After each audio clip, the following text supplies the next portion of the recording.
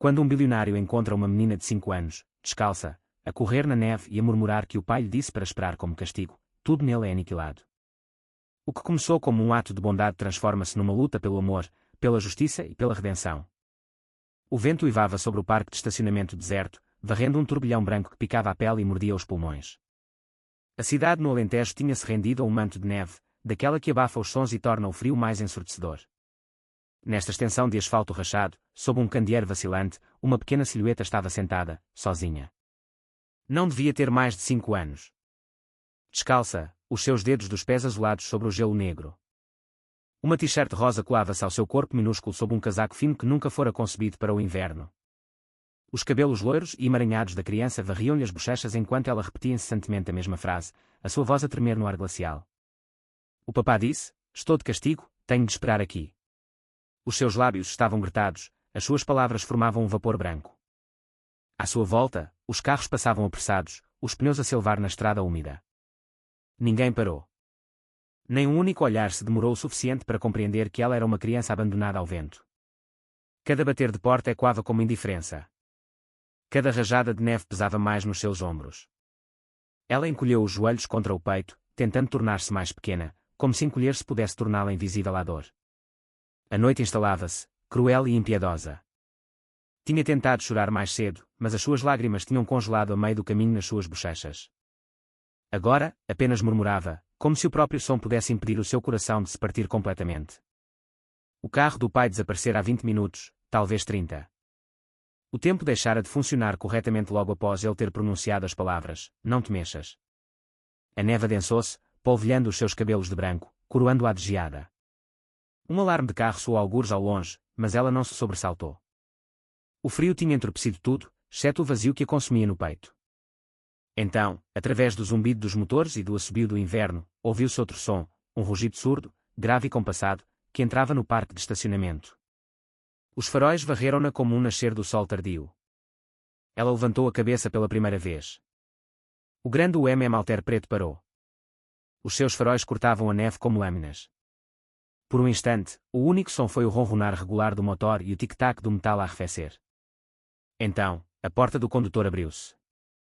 Gonçalo Valente saiu. Tinha 30 e poucos anos, alto, de linhas puras, num sobretudo azul marinho feito à medida que o vento tentava arrancar-lhe. Flocos de neve agarravam-se aos seus cabelos escuros enquanto ele perscrutava o parque de estacionamento deserto com aquele tipo de olhar que não perdia nada. A sua respiração formava nuvens no ar gelado e os seus sapatos de verniz enterravam-se ligeiramente na neve derretida. Era um homem que media tudo: o tempo, o tom, o risco. Mas nada na sua vida o preparara para o espetáculo que se lhe apresentava. A menina não se mexeu. A sua pequena silhueta estava aninhada perto de uma linha de estacionamento branca e desbotada, como uma boneca de porcelana partida e abandonada. O peito de Gonçalo apertou-se. Havia algo de aterrador na sua imobilidade. "Rui", disse ele suavemente. O seu motorista, um homem de ombros largos, na casa dos 40 anos, inclinou-se do carro. "Senhor." "Alerta os serviços de emergência", murmurou Gonçalo. "Criança abandonada, possível hipotermia." Rui hesitou. "Devemos esperar pela patrulha." O olhar de Gonçalo não largava a menina. "Não." A sua voz tinha o mesmo domínio que usava no conselho de administração, mas mais suave agora, quase humana. "Vamos agora." Deu um passo em frente, os sapatos a rangerem no gelo. A cabeça da menina sobressaltou-se com o som, mas ela não levantou os olhos. Quando ele se aproximou, o calor dos faróis do envolveu-os a ambos como um halo tenue na escuridão. Gonçalo agachou-se, os joelhos a roçarem o asfalto frio. "Olá", disse ele, o seu tom suave, despojado de qualquer comando. "Não devias estar cá fora." "Como te chamas?" Ela piscou os olhos, as pestanas geladas de branco. "Clara." A palavra flutuou no ar frio, frágil como um sopro. Ele estendeu lentamente a mão para o seu casaco, pronto para o enrolar à volta dela. Atrás dele, Rui murmurava no rádio, encontrada a criança de 5 anos, a respirar, a congelar. E enquanto Gonçalo estendia a mão para a criança trêmula, o mundo à volta deles pareceu suster também a respiração. Gonçalo baixou-se até os seus olhos estarem ao nível dos dela. A neve sussurrava à volta deles, os flocos a derreterem contra o calor da sua respiração. De perto, a menina parecia ainda mais pequena, a pele pálida sob a sujidade. Mãos minúsculas tremiam nos seus joelhos. Os seus pés descalços estavam pressionados contra o asfalto, vermelhos de frio e marmoreados como vidro prestes a estalar. Ele tirou o pesado casaco de lã dos ombros e colocou-o sobre ela como um escudo. Ela não resistiu, apenas estremeceu uma vez e murmurou, quase inaudivelmente: "O papá disse, estou de castigo, tenho de esperar aqui." Gonçalo gelou.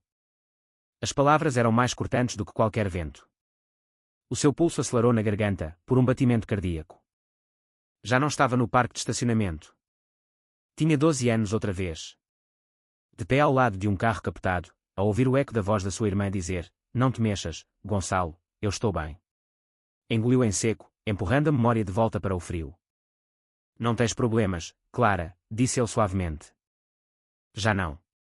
Os seus olhos, de um azul surpreendente e indefeso, levantaram-se para ele. Ela estudou como se não conseguisse decidir se devia acreditar nele. Atrás deles, Rui aproximou-se, com um cobertor de sobrevivência na mão. "Ela está a começar a ficar entorpecida", disse ele em voz baixa. "Temos de a aquecer." Gonçalo acenou com a cabeça, deslizando um braço por baixo dos joelhos dela e outro à volta dos seus ombros. Ela ofegou, surpreendida, mas não se debateu. Pela primeira vez desde que ele saíra do carro, ela agarrou-se a algo, o colarinho dele, à beira da segurança. A neve caía mais forte agora, rodopiando como cinzas à volta deles enquanto ele a levantava. O mundo para além do círculo dos faróis tornou-se desfocado, desaparecendo num vazio branco e silencioso. Enquanto a levava para o o seu murmúrio arrastou-se no ar como uma oração partida. O papá disse: "Eu tenho de esperar." Desde o momento em que Gonçalo a colocou dentro do as portas selaram o mundo exterior. O frio, o vento, o silêncio cruel. O calor jorrou das saídas de ar, embaciando os vidros como se o próprio veículo suspirasse de alívio. O pequeno corpo de Clara tremia contra o seu peito, ainda preso na rigidez do medo. "Calma", murmurou ele, a sua voz calma mas tingida de algo raro, preocupação. Ele pegou no cobertor de sobrevivência que Rui lhe estendia e envolveu-a cuidadosamente nele, depois ajustou o casaco por cima. Camadas de lã, prata e calor formaram um casulo. No entanto, ela tremia. Os seus olhos piscavam rapidamente enquanto se adaptava à luz suave do habitáculo. "Estou em apuros?", perguntou ela, a sua voz tão frágil como a neve a derreter na sua pele. Gonçalo encontrou o seu olhar, firme. "Não, estás segura." A palavra segurança soava estranha na sua boca, algo que ele não dizia nem ouvia há anos. Ela baixou os olhos em silêncio, as suas pequenas mãos a agarrarem o casaco como se tivesse medo que lhe o tirassem. "Rui", disse Gonçalo suavemente. "Arranja-lhe algo quente. Rápido." Rui mergulhou a mão no mini frigorífico integrado na consola, tirando uma garrafa térmica. "Chocolate quente, senhor." A Dona Maria mantém-no sempre abastecido. Gonçalo testou a temperatura no pulso antes de lhe oferecer. "Bebe devagar." Ela hesitou, depois pegou-lhe com as mãos trêmulas. O primeiro gole trouxe cor às suas bochechas. As suas pestanas tremeram, os olhos úmidos. "É doce?", murmurou ela. "Bom", respondeu Gonçalo, quase sorrindo. "É assim que deve ser." Rui olhou pelo espelho retrovisor. "Para onde vamos?" A resposta de Gonçalo veio sem pensar. "Para casa." Ele não explicou, não precisava. A neve varria o para-brisas enquanto o se afastava, os faróis traçando um caminho através do esquecimento branco. No banco de trás, Clara estava aninhada contra ele, a sua respiração a abrandar. Os seus dedos encontraram a borda do seu casaco, agarrando-se a ele como se fosse a última coisa sólida no mundo. Gonçalo olhou para ela e, pela primeira vez em anos, a armadura que construíra à sua volta começou a derreter. O ronronar do motor enchia o silêncio como um batimento cardíaco regular. Lá fora, a neve desfocava a cidade em rastros fantasmagóricos de cinzento e branco. Dentro, o tornou-se o seu próprio pequeno mundo, selado, quente e real. O contraste era impressionante, como se Gonçalo tivesse transportado a criança de um universo para o outro. Clara estava agora sentada ao lado dele, envolvida no casaco demasiado grande, a sua cabeça mal alcançando a linha do cinto de segurança. Segurava a garrafa térmica com as duas mãos, bebendo em silêncio cauteloso. A cada poucos segundos, os seus olhos dardejavam para ele, incerta se tinha o direito de existir neste novo espaço. Gonçalo olhou para baixo, o fraco reflexo dos candeeiros de rua a atravessar o seu rosto. "Estás a safar-te bem", disse ele suavemente. "Quantos anos tens, Clara?" "5", murmurou ela. "Quase 6. Em março." "Março", repetiu ele em voz baixa. Lembrava-se de março por outras razões. O mês em que tudo na sua vida se tornara frio, uma vez antes. A voz de Rui veio da frente. Os sinais vitais parecem bons, senhor. Ela está exausta, mas vai ficar bem. Gonçalo fez um ligeiro aceno de cabeça. Conduz mais devagar, mantém um ritmo estável. Por um momento, nenhum dos homens falou. Os limpa-parabrisas varriam ritmicamente, o seu som hipnótico contra a neve que caía. Clara desenhou com o dedo pequenos círculos no vapor da janela antes que o vidro ficasse claro novamente. Olhou para ele de repente. És médico? Ele abanou a cabeça. Não. Ela franziu a testa. Falas como um médico. Isso quase o fez sorrir.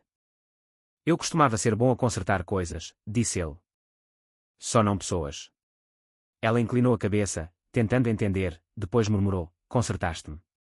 As palavras atingiram-no mais duramente do que deveriam. Gonçalo desviou o olhar, o maxilar cerrado. Lá fora, os faróis iluminaram uma placa verde. Quinta Valente, 1 quilómetro. O UMM deslizava pelas artérias adormecidas da cidade. Ruas vazias ladeadas por torres de vidro silenciosas e flocos de neve presos no brilho âmbar dos semáforos. O aquecimento zumbia suavemente, o ritmo a corresponder às respirações frágeis de Clara ao seu lado. Gonçalo observava o seu reflexo no vidro, um pequeno rosto meio escondido pela lã, as pestanas a tremerem de exaustão. Rui, disse ele suavemente, os olhos ainda virados para a frente. Alerta Dona Maria. Prepara a ala de hóspedes. Lençóis quentes, roupa de tamanho pequeno. Sim, senhor. As mãos de Rui nunca deixaram o volante, mas a sua voz suavizou-se. Devo notificar a CPCJ. Gonçalo hesitou, a questão a cortar os seus pensamentos. Ainda não. Faremos isso assim que ela estiver estável. O seu tom tinha a mesma precisão que usava para controlar impérios, mas por baixo, algo novo tremia. A cidade desvaneceu-se atrás deles.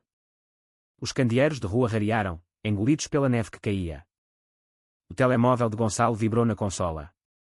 Ele olhou para baixo. Carla Dourado, a presidente do Conselho de Administração, o seu nome a brilhar como um aviso. Ele silenciou com um toque do polegar e olhou novamente para Clara. A empresa podia esperar. Pela primeira vez, existia algo mais urgente. Clara agitou-se. Vamos para longe. Ele olhou para ela, a sua voz baixa e estável. Apenas para um sítio mais quente. O papá vai lá estar? Perguntou ela, as palavras mal audíveis. O peito de Gonçalo apertou-se. Olhou para a estrada branca e impiedosa, procurando uma resposta suave e não encontrando nenhuma. Não, disse ele finalmente. Mas não vais estar sozinha. Ela olhou para ele, a confusão a vacilar por trás dos seus olhos azuis, depois acenou fracamente com a cabeça, como se aceitasse uma regra que não compreendia. A neve adensou-se, transformando os faróis em halos. Dentro, o calor e o silêncio entrelaçavam-se como uma trégua frágil.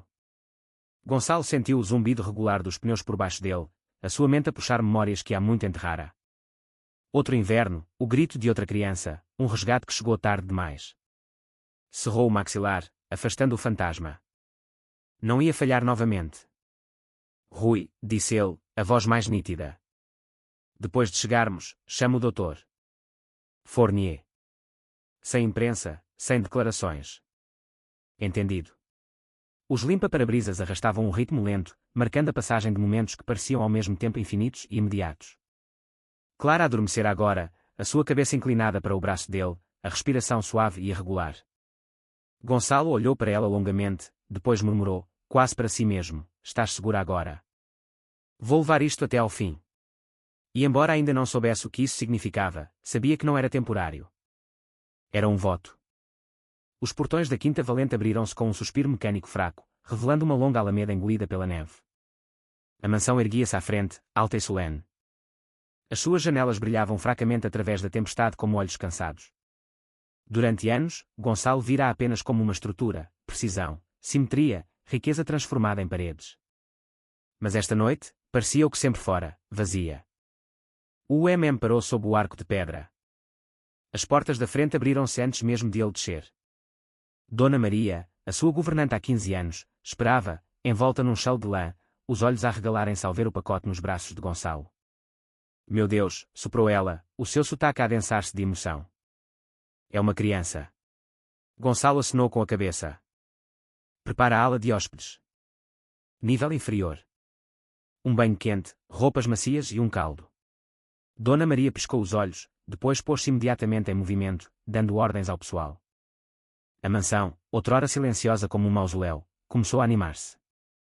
As luzes acenderam-se. Passos ecoaram.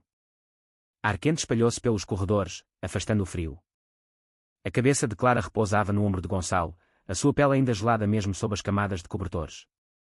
Ela agitou-se enquanto ele atravessava o hall de mármore, os olhos a abrirem-se tremulosentes à vista dos candelabros a cintilarem como estalactites por cima das suas cabeças. Isto é um hospital, murmurou ela. Não, disse ele suavemente. É casa. Ela olhou para ele, incerta se a palavra significava segurança ou outro tipo de castigo. Ele levou-a pelo corredor e quanto em direção à suíte de hóspedes. Cada passo parecia mais pesado, não por causa do peso dela, mas por causa do peso do que ele já decidira.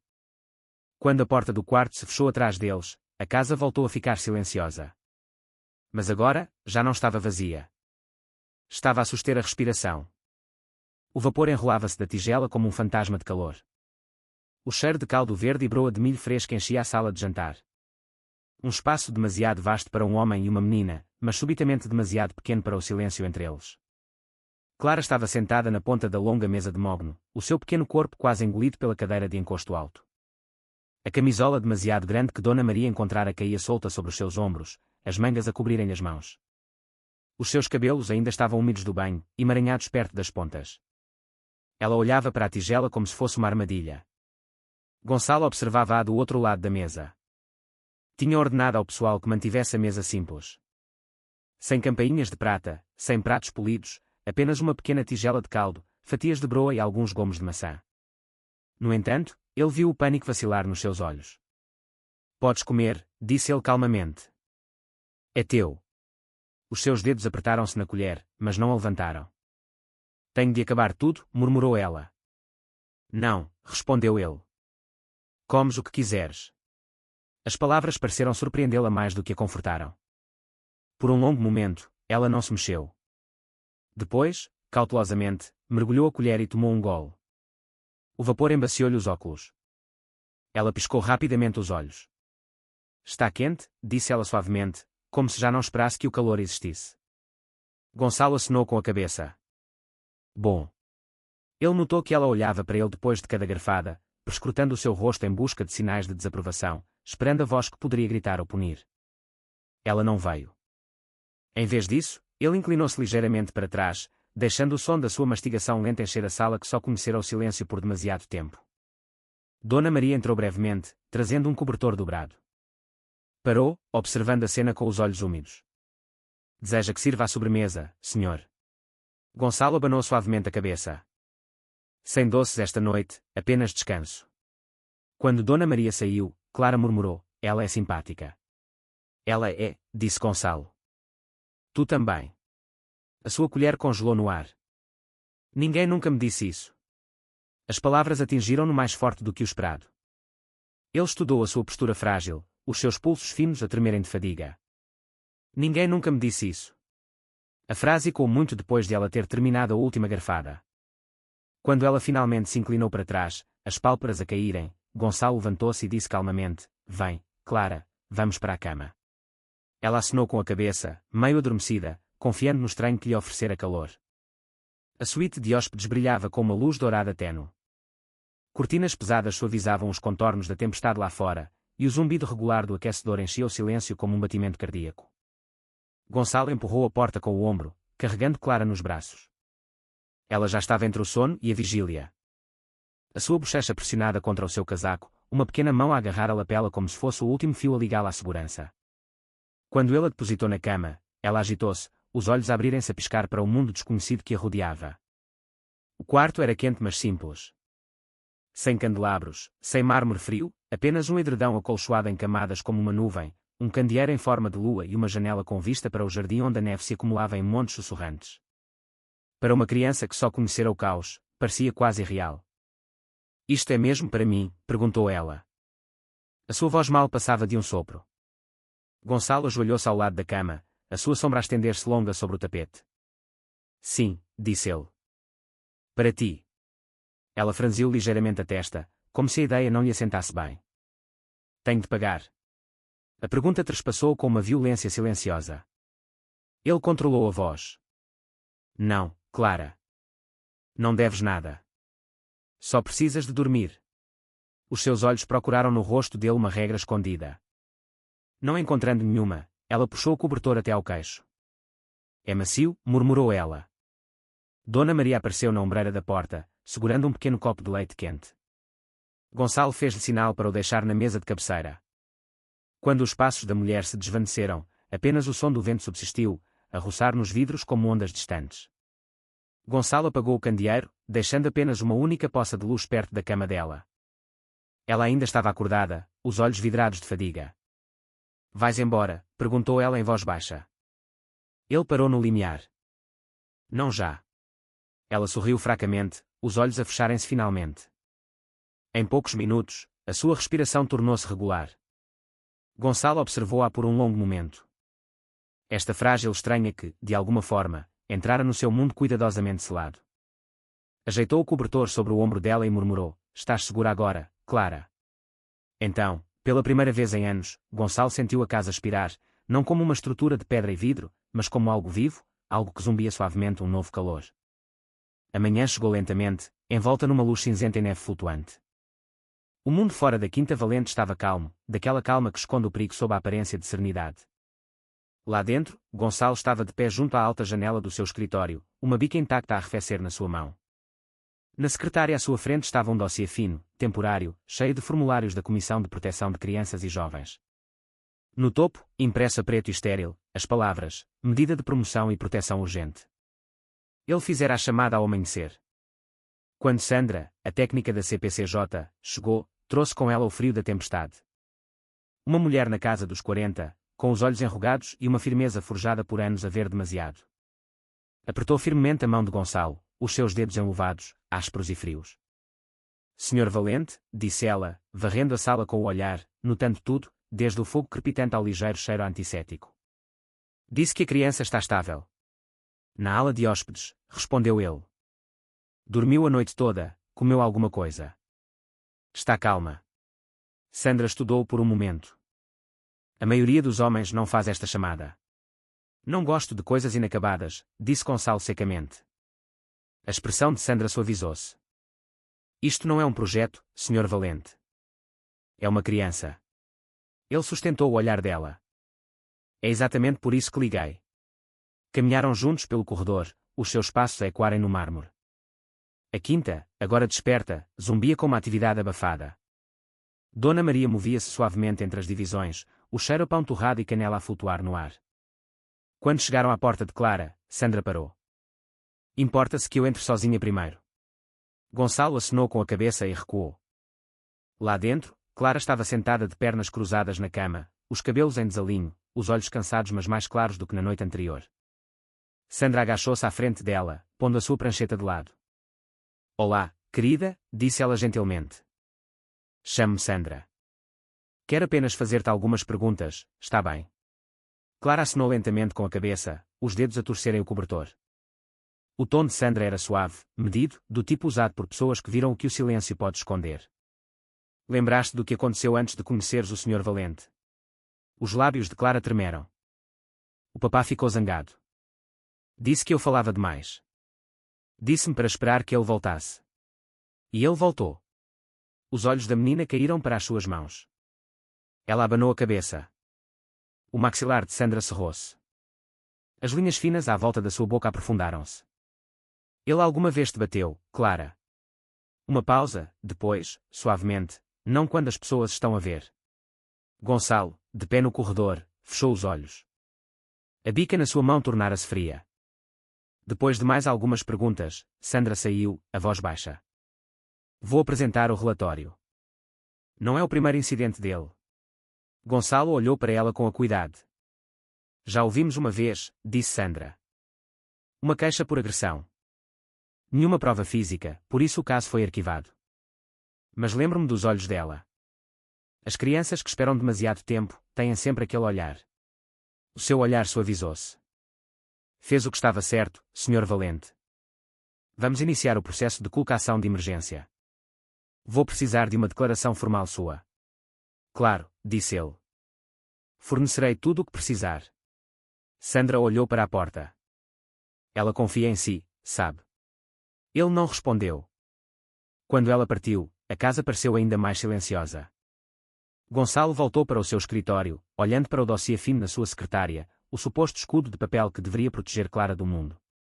Tocou no canto, sabendo demasiado bem com que facilidade o papel podia queimar, quão frágil a lei podia ser face à ganância ou à negligência. No fundo, já sabia que isto era apenas o começo. No momento em que Gonçalo chegou à sede do Grupo Valente, no centro da cidade, a tempestade tinha-o seguido. Céus cinzentos pressionavam contra o vidro espelhado. A neve riscava as janelas como veias. O edifício brilhava, frio e inóspito, um reflexo perfeito do homem que ele fora outrora. Entrou na sala do conselho onde 12 executivos estavam sentados à volta de uma mesa que mais parecia um banco de tribunal do que um local de estratégia. Levantaram-se ligeiramente à sua entrada, não por respeito, mas por reflexo. Carla Dourado, a presidente do conselho, sorriu sem calor. O seu fato era da cor de bronze, o seu batom tão afiado como a borda de um bisturi. Senhor Valente, começou ela, obrigada por ter vindo tão rapidamente. Estávamos preocupados. Gonçalo desabotoou o casaco e tomou o seu lugar na cabeceira da mesa. Preocupados com o quê, exatamente? Carla trocou um olhar com os outros. Com a situação da criança. A expressão de Gonçalo permaneceu impassível, indecifrável. Quer dizer, o ser humano que quase morreu de frio lá fora enquanto todos passavam. Claro, disse ela suavemente. Mas é uma questão de imagem, Gonçalo, compreende. Um CEO bilionário que de repente acolhe uma menina abandonada em sua casa sem autorização do Estado, sem procedimento, isso dá nas vistas. A imprensa vai distorcer os factos. Os investidores vão entrar em pânico. Ele inclinou-se para a frente, a voz baixa e firme. Então que entrem em pânico. Murmúrios percorreram a mesa. Pedro Afonso, o diretor financeiro, ajustou a sua gravata. Não é uma questão de moralidade, senhor, é uma questão de responsabilidade. Se a CPCJ encontrar uma falha. A CPCJ não encontra falhas na compaixão, cortou Gonçalo, os olhos a brilhar brevemente. Encontra-as na negligência, o que, garanto-lhe, não é o meu crime. Carla bateu com a caneta na mesa. O seu tom falsamente polido. Está a misturar emoção e governança. É perigoso. A emoção construiu esta empresa, disse Gonçalo. Vocês é que se esqueceram. O silêncio instalou-se na sala. A neve caía por trás das altas janelas, suavizando o horizonte. Ele podia sentir o desconforto deles, o seu cálculo. Eram pessoas que mediam tudo em termos de ganho e perda e que não conseguiam compreender uma decisão sem lucro associado.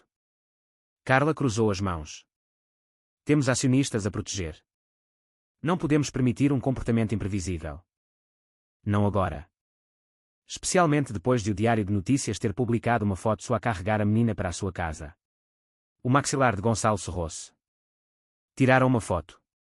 Página 3, primeira secção. Ela deslizou o jornal pela mesa. Estava lá, granulado, tirado através da neve que caía. Gonçalo Valente, o magnata mais frio da cidade, visto a carregar uma criança nos braços. Algo nele inflamou-se, não a vergonha, mas o desafio. Então viram a verdade, disse ele. A voz de Carla suavizou-se, mas não os seus olhos. Tenha cuidado, Gonçalo. A simpatia não dura. O Salvador de hoje torna-se o escândalo de amanhã. Ele levantou-se, abotoando novamente o casaco. Então serei ambos, se for preciso. Um silêncio instalou-se enquanto ele se dirigia à porta. No limiar, parou. Durante anos, este conselho recompensou-me pela minha indiferença. Chamam-lhe foco, eficiência, lucro. Virou-se ligeiramente, o seu olhar a cortar o silêncio. Talvez seja a altura de eu tentar ser humano outra vez. Quando a porta se fechou atrás dele, a sala explodiu em sussurros. Carla olhou para a sua cadeira vazia. O seu reflexo partia-se no tampo de vidro da mesa. Lá fora, Gonçalo avançou contra o vento. A cidade rugia à sua volta, fria e implacável. Mas ele já não se sentia pequeno. Algures longe, através da neve, uma criança dormia na sua casa. Pela primeira vez em anos, ele sabia exatamente de que lado do vidro queria estar. Na manhã seguinte, a casa cheirava a canela e a calor. A luz do sol filtrava-se pelas altas janelas, ressaltando no mármore polido em suaves manchas douradas. Algures no fundo da cozinha, um som quebrou a quietude, leve, hesitante, quase musical. Um riso. Gonçalo parou de repente no corredor. Por um segundo, pensou que o tinha imaginado, mas lá estava ele de novo, pequeno, incerto, como se estivesse a testar se o mundo tinha o direito de soar feliz novamente. Seguiu-o até à cozinha. Dona Maria estava perto do balcão, a fingir que arrumava, mas a ouvir manifestamente. No ilhéu central estava sentada Clara, empoleirada num banco alto, as pernas a balançarem acima do chão. Um prato de panquecas em forma de cometa estava à sua frente, as bordas irregulares, claramente não obra do chefe da casa. Gonçalo franziu ligeiramente a testa. Foi você que fez isto. Dona Maria sorriu, cúmplice. Foi o senhor, não foi? Eu só liguei a placa. Ele piscou os olhos. Por um instante, não se lembrava de ter cozinhado, depois percebeu que ela o estava a cobrir, a ele e ao caos invulgar de farinha no balcão e xarope derramado no mármore. Clara olhou para cima, sorrindo timidamente. Tentaste fazer uma estrela, mas parece um coelho. Gonçalo estudou a panqueca disforme. É subjetivo. O seu pequeno riso encheu a sala. O som partiu algo dentro dele. Já tinha ouvido risos em galas, em salas de conselho. Mas este era diferente. Era real, não ensaiado, vivo. Sentou-se no lugar em frente a ela. Achas que consegues fazer melhor? Ela acenou solenemente com a cabeça. Consigo fazer uma com um coração no meio. Mostra-me, disse ele, deslizando a tigela de massa na sua direção. Dona Maria recuou, escondendo um sorriso enquanto Clara pegava cuidadosamente na concha. As suas pequenas mãos tremiam ligeiramente. Gonçalo estabilizou o cabo com a sua. Ambos verteram a massa juntos, observando-a a chiar e a tomar forma. A cozinha encheu-se do som fraco de fritura e risos. Quando Clara levantou a borda do seu coração, estava torto, mas ela irradiava como se fosse perfeito. É magnífico, disse Gonçalo. E ele estava a falar a sério. Dona Maria observava silenciosamente do limiar, a sua voz suave quando finalmente falou. A casa soa diferente hoje. Gonçalo olhou para o teto alto, a escutar. O ar parecia mais leve, o silêncio mais suave. Talvez, disse ele, os olhos ainda fixos em Clara. Finalmente se lembra do que é o calor. A tempestade voltou naquela noite. A neve batia contra as janelas da quinta, batendo como dedos impacientes. Gonçalo estava sentado no seu escritório, a examinar um dossiê da sua equipa jurídica, a lareira a projetar uma luz âmbar na madeira escura. O mundo exterior era branco e silencioso, até que o intercomunicador de segurança crepitou. A voz de Rui soou, tensa. Senhor, temos alguém no portão de entrada. Diz chamar-se Paulo Moraes. A caneta de Gonçalo congelou ao meio do traço. Deixo entrar, disse ele após um momento. O seu tom era calmo, mas o pulso na sua garganta não estava. Minutos depois, as pesadas portas abriram-se, deixando entrar uma corrente de ar gelado e um cheiro a álcool barato.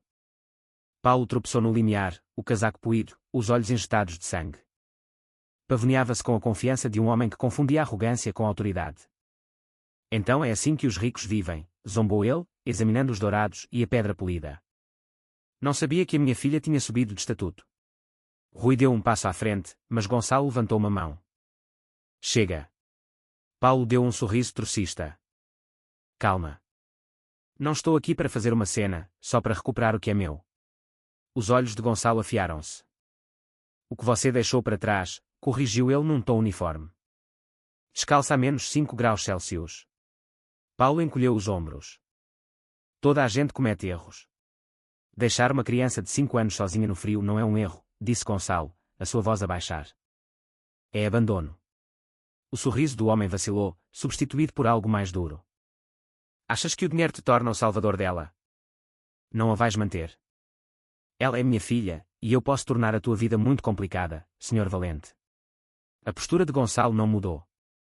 Você já a tornou complicada, Sr. Moraes. Eu estou apenas a limpar. A discreta luz da câmara de lapela de Rui piscou uma vez, a gravar. A mão de Gonçalo permaneceu ao seu lado, calma e deliberada. Paulo aproximou-se, a sua voz a subir. Achas que podes comprar o amor dela? És apenas mais um rico idiota a fazer-se de herói. Gonçalo sustentou o seu olhar para a neve por trás das portas. Não, eu sou o homem que parou quando todos os outros continuaram. As palavras caíram como um verdito. O maxilar de Paulo cerrou-se. Virou-se bruscamente, batendo a porta atrás de si ao voltar para a nevasca. Por um longo momento, Apenas o som do vento encheu o hall. Rui expirou lentamente. Isto não acabou, senhor. Não, disse Gonçalo, observando a escuridão engolir o homem. Mas ela está. A madrugada rompeu. A luz do sol atravessou as nuvens como uma falsa promessa. Banhava a cidade numa calma enganadora, clara, fria e quebradiça como vidro. Gonçalo estava sentado no seu escritório na Quinta Valente.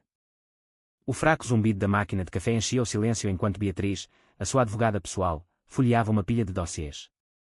Em frente a ela, Sandra, da CPCJ, parecia sombria, o seu pesado casaco de lã ainda polvilhado de neve. Não é apenas negligência, disse Sandra, pousando uma fotografia na secretária. Paulo Moraes tem registro criminal. Agressão menor, fraude. Já foi investigado por colocar uma criança em perigo. Distrito diferente, mesma história. Mas de cada vez, escapa-se porque alguém perde o processo. O maxilar de Gonçalo cerrou-se. Prática corrupta, corrigiu Beatriz, a sua voz cortante. O homem sabe como explorar as falhas do sistema. Sandra expirou, esfregando a têmpora. Ele apareceu no nosso escritório esta manhã. Disse que o senhor raptou a filha dele. Quer-a de volta. Os lábios de Beatriz afinaram-se. Claro que a quer. Agora que é dinheiro envolvido. Sandra acenou com a cabeça. Acho que ele procura um acordo financeiro. Verifiquei os registros da casa de penhores como pediu, Sr. Valente. Na noite em que a Clara foi abandonada, ele vendeu a aliança de casamento da mãe dela por 100 euros. A sala ficou em silêncio. Gonçalo olhou para a foto. Clara, embrulhada no seu casaco naquela noite, os olhos vazios, os lábios azuis. As suas mãos cerraram-se lentamente, o movimento preciso a tremer com uma fúria que raramente se permitia. Beatriz fechou um dossiê e abriu outro. Há mais uma coisa. Um relatório enterrado há 3 anos, de outro serviço da CPCJ. Outra criança. O mesmo padrão, castigo em tempo gelado. Essa criança não sobreviveu. Sandra acenou sombriamente com a cabeça. Ele safou-se, alegando que a menina se tinha afastado. O caso foi encerrado como exposição acidental. Gonçalo levantou-se da cadeira, dirigindo-se à janela. Lá fora, o jardim ainda estava branco, os ramos a vergar sob o peso da neve. Então, ele já fez isto antes. Sim, disse Beatriz. E não vai parar até que alguém o pare.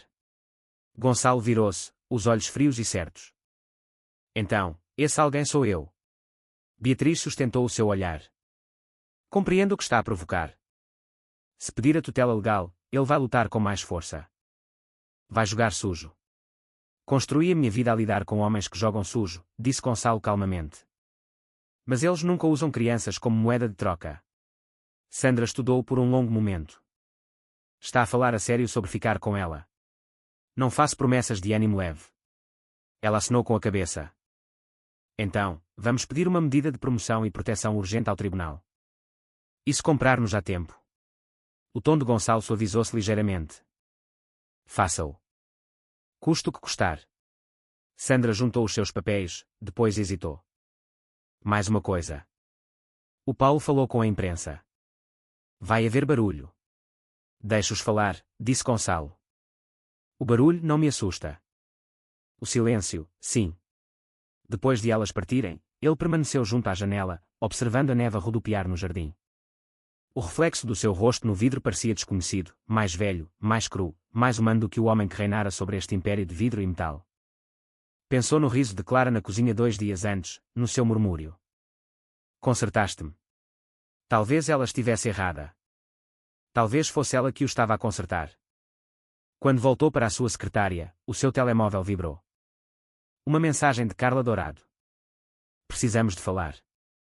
Controle de danos urgente. Gonçalo ignorou-a. Em vez disso, pegou no dossiê marcado processo de tutela. Se o mundo queria uma luta, acabara de encontrar uma.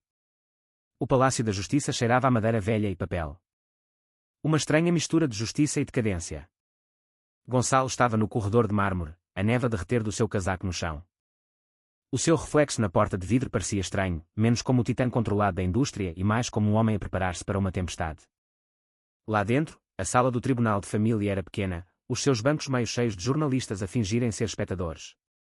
Na frente, estava sentado o juiz António Costa, os seus cabelos grisalhos arranjados, a sua expressão indecifrável. À sua direita, Sandra organizava os seus dossiês. Ao lado de Gonçalo, Beatriz ajustava os seus óculos com uma calma deliberada. Então, Paulo Moraes entrou. O homem pavoneou-se pelo corredor numa jaqueta amachucada, o seu advogado logo atrás. Deu um sorriso trocista ao cruzar o olhar de Gonçalo, depois fez um aceno de cabeça zombeteiro como se fossem iguais num jogo sórdido. A visão apertou o estômago de Gonçalo, não de medo, mas de nojo. Processo número 47B, chamou o escrivão. Petição de guarda para a menor Clara Moraes. O olhar do juiz António Costa varreu a sala. Vamos começar. O advogado de Paulo, meloso e teatral, começou primeiro. Meritíssimo, o meu cliente reconhece os seus erros passados, mas mantém que a sua filha foi ilegalmente raptada. O Sr. Valente não tinha autoridade, nenhuma ligação para a retirar do seu tutor legal. Beatriz levantou-se lentamente, a sua voz cortante a silenciar a sala como uma lâmina. Meritíssimo, o meu cliente não raptou uma criança. Ele salvou uma. Há uma diferença entre um rapto e uma intervenção. Paulo agitou-se, o maxilar cerrado. Beatriz continuou.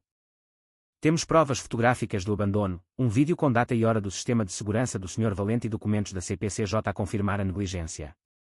Além disso, ela olhou para Sandra, temos um padrão. 3 relatórios anteriores envolvendo o arguido. Paulo levantou-se de um salto. Isso não é verdade. O martelo do juiz António Costa bateu uma vez. Sente-se, Sr. Moraes. A sala de audiências calou-se. Beatriz retomou, a sua voz estável. Quando o Sr. Valente encontrou a criança, a sua temperatura corporal era de 34 graus Celsius. Os seus pés sangravam devido à exposição ao frio. Ela repetia uma única frase, o papá disse, estou de castigo. Até os jornalistas se calaram. O juiz António Costa virou-se para Paulo. Nega tê-la deixado lá. O sorriso trocista de Paulo vacilou. Eu ausentei-me por alguns minutos. Ela vagueia. Ela exagera. 5 anos, disse Beatriz friamente. Num parque de estacionamento numa nevasca, sozinha. Os olhos do juiz António Costa estreitaram-se. Continue, doutora. Beatriz. A última prova de Beatriz foi discreta mas devastadora. Uma declaração gravada de Sandra. O vídeo foi reproduzido, a voz calma de Sandra a narrar os casos anteriores, as mortes, a negligência. A sala pareceu arrefecer à medida que o vídeo se desenrolava. Quando terminou, Gonçalo levantou-se. Meritíssimo, não pretendo substituir ninguém. Peço apenas o que a criança merece, segurança, permanência. Uma vida onde o castigo não significa queimaduras de gelo. Seguiu-se um silêncio pesado e elétrico. O juiz António Costa inclinou-se para trás, batendo uma vez com a sua caneta. Compreende, Sr. Valente, o escrutínio a que isto o sujeitará. Vivi sob escrutínio toda a minha vida, disse Gonçalo. Mas ela não deveria ter de o fazer. Costa estudou longamente, depois acenou lentamente com a cabeça. O tribunal deliberará. Quando o martelo caiu, ecoou como um trovão. Enquanto a sala se esvaziava, Paulo passou por ele, murmurando, achas que acabou? Gonçalo sustentou o seu olhar. Não, mas desta vez não é você que escreve o fim. Lá fora, a neve recomeçara a cair, suave, constante, implacável. Gonçalo botou o casaco e caminhou através dela até ao seu carro, cada passo a deixar uma marca que a tempestade não conseguia apagar. Na manhã seguinte, a sala de audiências parecia mais pesada, como se o próprio ar tivesse sustido a respiração durante toda a noite. Gonçalo estava sentado à mesa do requerente, os olhos fixos no grão da madeira à sua frente. Do outro lado do corredor, Paulo estava recostado na sua cadeira, a mastigar pastilha elástica, a imagem da indiferença, mas os seus olhos fugidios traíam o seu desconforto. O juiz António Costa entrou, a sua toga a varrer o chão. Continuamos, disse ele, a sua voz grave e solene. Tragam a criança. As portas abriram-se e Clara entrou, de mão dada com Sandra. A sala pareceu encolher à sua volta. O seu casaco rosa parecia demasiado grande, as suas tranças finas. Agarrava um pequeno urso de peluche, o seu pelo gasto, a orelha direita meio arrancada. Os jornalistas inclinaram-se, as suas canetas suspensas. Sandra guiou-a até à barra das testemunhas, sussurrando-lhe algo que fez Clara acenar com a cabeça. A menina subiu, as pernas a balançarem longe do chão. O juiz António Costa sorriu suavemente. Olá, Clara. Ela piscou os olhos, incerta de como responder. Olá, senhor. Sabes por que estás aqui hoje? Ela hesitou. Porque as pessoas estão a discutir por minha causa. Os olhos do juiz suavizaram-se. Isso mesmo. Mas ninguém está zangado contigo. Só preciso de saber onde gostarias de viver. Podes dizer-me. O olhar de Clara vagueou do juiz para Paulo, e finalmente para Gonçalo. Os seus ombros tensaram-se quando o seu pai lhe fez um aceno de cabeça seco, incitando-a silenciosamente. Ela baixou os olhos para o urso. Gonçalo queria levantar-se, protegê-la, dizer-lhe que não tinha de falar, mas era a sua voz agora, a sua vez. Os dedos de Clara traçaram as costuras do urso. Quando finalmente levantou os olhos, a sua voz era pequena, mas transportou-se para todos os cantos da sala. Quer ficar com ele? Sem hesitação, sem lágrimas, apenas a verdade. As palavras pairaram no ar, puras e pesadas. O rosto de Paulo contorceu-se. Beatriz fechou brevemente os olhos, expirando de alívio. Gonçalo não se mexeu, não conseguia. O som da sua escolha soou tanto como uma salvação como um voto. O juiz António Costa acenou com a cabeça uma vez, a sua voz suave. Obrigado, Clara. Foste muito corajosa. Enquanto Sandra a acompanhava para fora, Clara olhou uma última vez para trás. Gonçalo sorriu suavemente. Ela sorriu de volta. Um sorriso pequeno, incerto, mas real. E nesse momento fugaz, algo mudou. Não foi uma vitória, foi uma pertença. O martelo bateu uma vez, um som suficientemente agudo para cortar a respiração de toda a sala. O juiz António Costa inclinou-se para a frente, os seus olhos a passarem de Paulo para Gonçalo antes de pousarem na pequena pilha de papéis à sua frente. Lá fora, a neve adensara-se novamente, os flocos a descerem por trás das altas janelas como o confete do destino. Este tribunal, começou ele, a voz firme mas não fria, examinou os testemunhos, as provas e o padrão de negligência tornado claro pelo processo. Fez uma pausa, deixando o silêncio esticar-se. A criança, Clara Moraes, falou com clareza e coragem. O seu bem-estar é a única preocupação deste tribunal. Paulo agitou-se na sua cadeira, o maxilar cerrado. Meritíssimo, eu só queria. Chega. O tom de Costa cortou-o como gelo. Teve a sua oportunidade de a proteger. Abandonou-a da mesma forma que abandonou o seu dever. O homem calou-se, o seu rosto a perder a cor. Costa continuou. Com efeito imediato, a guarda temporária total é concedida a Gonçalo Valente, aguardando a análise da adoção. Os direitos do pai biológico são por este meio suspensos. Suspiros percorreram a sala. Gonçalo expirou suavemente, os seus ombros a descaírem pela primeira vez em dias. As palavras não soaram como uma vitória, soaram como uma libertação. Paulo levantou-se de um salto. Não pode levar a minha filha, gritou ele, a voz quebrada pela fúria ou talvez pelo desespero. Acha que o dinheiro o torna um deus? O martelo de Costa caiu novamente. Segurança. 2 oficiais avançaram, mãos firmes a guiarem Paulo para a saída. As suas maldições ecoaram contra as paredes de madeira, mas desvaneceram-se sob o silêncio que se seguiu. Quando as portas se fecharam atrás dele, o juiz António Costa virou-se para Gonçalo. Assumiu uma promessa pesada, Sr. Valente. A lei pode protegê-la, mas o que ela realmente precisa não se encontra nestes papéis. Gonçalo sustentou o seu olhar, os olhos firmes. Eu sei. Ela precisa de permanência, e eu não quebro o que escolho manter. Costa fez um pequeno aceno de cabeça, assinando a última linha do documento. Então vá para casa. Ela está à espera. Lá fora, a neve suavizara. A nevasca transformara-se em flocos. Quando Gonçalo passou pelas portas do Palácio da Justiça, a luz da cidade brilhava num ouro pálido contra o branco que caía. Olhou para o céu, frio, infinito, vivo, e murmurou, quase para si mesmo, ela está segura agora. O vento levou as palavras e dispersou-as como um voto selado na geada. Pela primeira vez em anos, a Quinta Valente não parecia um monumento. Parecia uma casa que acabara de se lembrar de como respirar. O ar transportava o cheiro fraco de chocolate quente e roupa lavada. A luz da manhã derramava-se pelas largas janelas, pousando em cor onde antes só houvera mármore cinzento. Desenhos a lápis de cera estavam agora pendurados no frigorífico. Sóis irregulares, homens palitos sorridentes, um esboço desajeitado de um homem de casaco azul e uma menina de cabelos dourados de mãos dadas sob a neve que caía. Por baixo, Clara imprimira 2 palavras trêmulas a caneta de feltro vermelha, eu e o papá. Gonçalo ficou ali mais tempo do que pretendia, o simples desenho a prender-lhe o olhar. Tinha assinado contratos de $1.000 milhões, construído torres de vidro e aço, mas nada nunca tivera este peso. Senhor Valente, veio a voz suave de Dona Maria por trás dele. Ele virou-se, mas ela sorriu, cúmplice.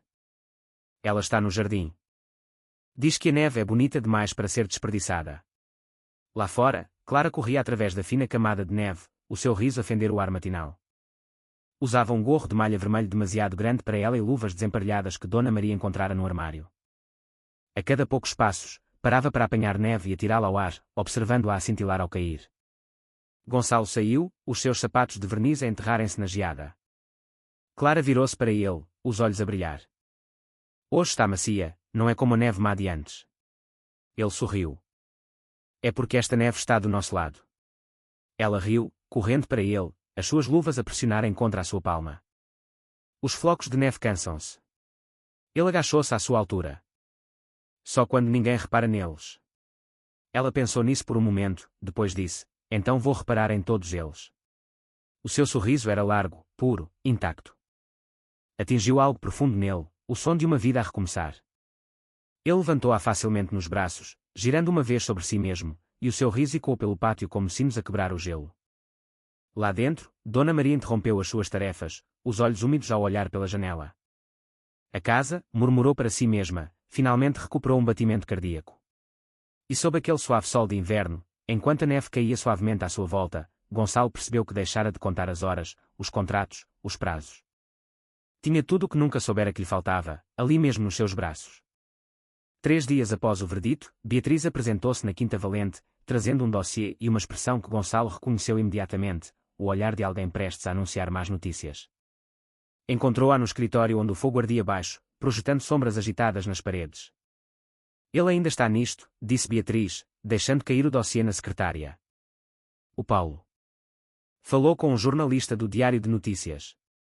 Alega que o tribunal foi parcial, que o senhor manipulou o processo. O rosto de Gonçalo permaneceu calmo, embora o músculo do seu maxilar tenha contraído uma vez. O que é que ele quer? Dinheiro, disse Beatriz secamente. Ofereceu-lhes uma história completa em troca de um acordo exclusivo e uma confissão. O advogado dele insinuou que o senhor subornou a CPCJ e o juiz.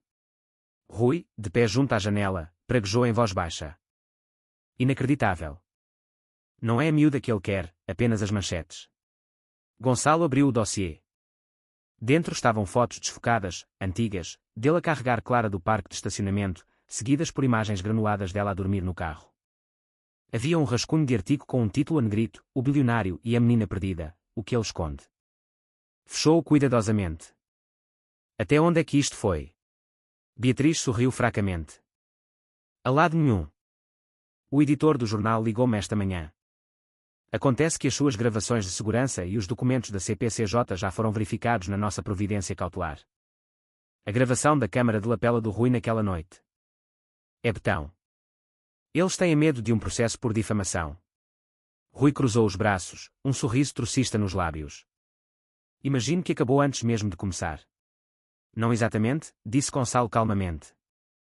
Olhou para as chamas por um longo momento. Pessoas como o Paulo não param porque são derrotadas. Param porque se tornam irrelevantes. Beatriz ergueu uma sobrancelha. O que quer dizer com isso? Ele levantou os olhos, o olhar aguçado mas calmo. Quer dizer que não vou reagir. Sem comunicados de imprensa, sem luta. A história morre sem oxigênio. Beatriz acenou lentamente com a cabeça, compreendendo. Isso é mais frio do que um tribunal, Gonçalo. Ele permitiu-se um ligeiro sorriso. Não, é mais caloroso. Porque desta vez estou a proteger o silêncio, não o poder. Lá fora, a neve recomeçara a cair, constante e silenciosa. Ao cair da noite, o artigo sensacionalista fora retirado, o jornalista a retratar as suas fontes. O nome de Paulo Moraes vacilou brevemente nas redes sociais, depois desapareceu como um fósforo ao vento. E na calma que se seguiu, Gonçalo fechou o seu computador portátil e olhou para o corredor, onde risos fracos ecoavam do andar de cima. Era a única manchete que ele queria ouvir. A tempestade lá fora acalmara para uma neve flutuante silenciosa, a cair em espirais pensativas. Dentro do escritório de Gonçalo, a lareira brilhava com um brilho baixo e constante, o seu calor a espalhar-se sobre uma secretária desarrumada de papéis. Mas não eram contratos ou documentos de fusão, eram formulários de adoção. Ele sentou-se, uma caneta na mão, imóvel. Pela primeira vez, cada linha que assinava tinha mais significado do que qualquer acordo que alguma vez fizera. Em frente a ele, Sandra examinava os formulários, o seu tom mais suave do que o habitual. Levará algumas semanas para a aprovação final, disse ela. Mas está tudo aqui. Verificação de antecedentes, entrevista. O inquérito social. Tudo parece perfeito. Perfeito, murmurou Gonçalo, quase para si mesmo. Não é uma palavra em que confio há muito tempo. Sandra sorriu fracamente. Não tem de confiar nela, apenas de a viver. A voz de Clara flutuou do corredor, pequena e clara, a cantarolar as palavras de uma canção de embalar que Dona Maria lhe ensinara. O som puxou algo profundo dentro dele. Sandra observou-o atentamente. Sabe, quando a CPCJ mencionou o seu nome pela primeira vez, pensei que era um complexo de Salvador. Culpa, talvez. Mas estava enganada. Gonçalo levantou os olhos. O que a fez mudar de ideias? Ela encolheu os ombros. Ouve quando ela fala. Isso é raro. Ele não respondeu. Em vez disso, meteu a mão na gaveta e tirou um pequeno cartão, um post-it dobrado e gasto. Escrito com a caligrafia desajeitada de Clara, estavam duas palavras, obrigada. Tinha sido colado na porta do seu escritório no dia seguinte ao verdito. Ele deslizou o bilhete para o dossiê de adoção. É a única assinatura que importa. O sorriso de Sandra alargou-se, os seus olhos a cintilar. Vai ser bom para ela, Gonçalo. Espero que ela seja boa para mim, disse ele calmamente. Enquanto ela juntava as suas coisas, Clara apareceu na ombreira da porta, os cabelos despenteados depois de uma sesta. Acabaste de trabalhar. Ele fez-lhe sinal para se aproximar. Quase. Mas guardei algo para ti. Virou o documento e apontou para uma linha em branco ao lado da sua. Aqui mesmo. Escreve o teu nome. A sua pequena mão agarrou a caneta desajeitadamente, a língua de fora em concentração enquanto ela imprimia, Clara, em letras grandes e irregulares. Quando acabou, levantou os olhos. Fiz bem. Gonçalo sorriu, um sorriso genuíno e indefeso. Exatamente. E enquanto ela subia para o seu colo, aninhando-se sob o seu queixo, ele soube que este era o único contrato que alguma vez manteria, sem emendas, cláusulas ou fim. A neve caía como seda sobre o jardim, cobrindo a terra com um branco silencioso e cintilante. O ar estava crispado, carregando aquela quietude que só as tardes de inverno podem conter, onde cada som parece sagrado, cada respiração visível. Clara corria pelo pátio, o seu gorro de malha vermelha a balançar a cada passo. As suas luvas estavam novamente desemparelhadas, uma azul, uma cinzenta, e o seu riso ecoava no frio como sinos numa catedral. Gonçalo estava a poucos metros de distância, as mãos enluvadas nos bolsos, a observá-la a perseguir flocos de neve como se pudesse apanhar a própria alegria. Não vás muito longe, gritou ele. Não, gritou ela de volta, girando em círculos. Estou a fazer anjos. Ela deixou-se cair na neve, agitando os braços. E quando olhou para o céu, riu tão alto que perdeu o gorro. Gonçalo aproximou-se, ajoelhando-se ao lado dela, tirando os flocos do seu cabelo. Tens neve nas orelhas. Agora vai ficar silencioso para sempre, riu ela. Ele sorriu, um daqueles raros sorrisos indefesos que suavizavam todo o seu rosto. Não é assim que o silêncio funciona. Ela sentou-se, a sua respiração a embaciar o ar entre eles. Pai. A palavra atingiu-o como um raio de sol a romper as nuvens. Por um instante, esqueceu-se de respirar. Não foi hesitante desta vez. Não foi uma pergunta. Era dele. Sim, Clara. Ela estendeu a mão, pressionando a sua luva contra a sua bochecha. Pareces feliz agora. Ele pegou suavemente na mão dela. Tu tornas isso fácil.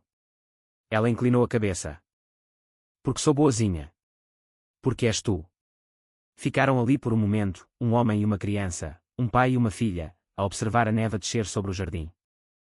Algures ao longe, a voz de Dona Maria chamou que o chocolate quente estava pronto, mas nenhum se moveu, a olhar para o horizonte onde o último brilho do pôr do sol beijava o céu gelado. Ele pensou na noite em que a encontrou, descalça no escuro, a murmurar que estava de castigo, e pensou em cada voto que fizera desde então. Inclinou-se, levantando-a nos braços. Ela enrolou os seus pequenos braços à volta do seu pescoço, encaixando-se perfeitamente no espaço da sua vida que outrora estivera vazio. Enquanto ele voltava para a luz quente que se derramava da casa, flocos de neve rodopiavam à sua volta como uma bênção. Gonçalo murmurou no cabelo dela. Chega de esperar, Clara. Nunca mais. E o vento de inverno levou essa promessa através do mundo gelado, suave, constante, inquebrável. Adoraríamos saber a sua opinião. Deixe um comentário e classifique esta história de 1 a 10. Goste, partilhe e subscreva, ativando o sino para nunca perder uma história. Assista a outros vídeos inspiradores agora no ecrã final ou na lista de reprodução. Vemo-nos na próxima aventura.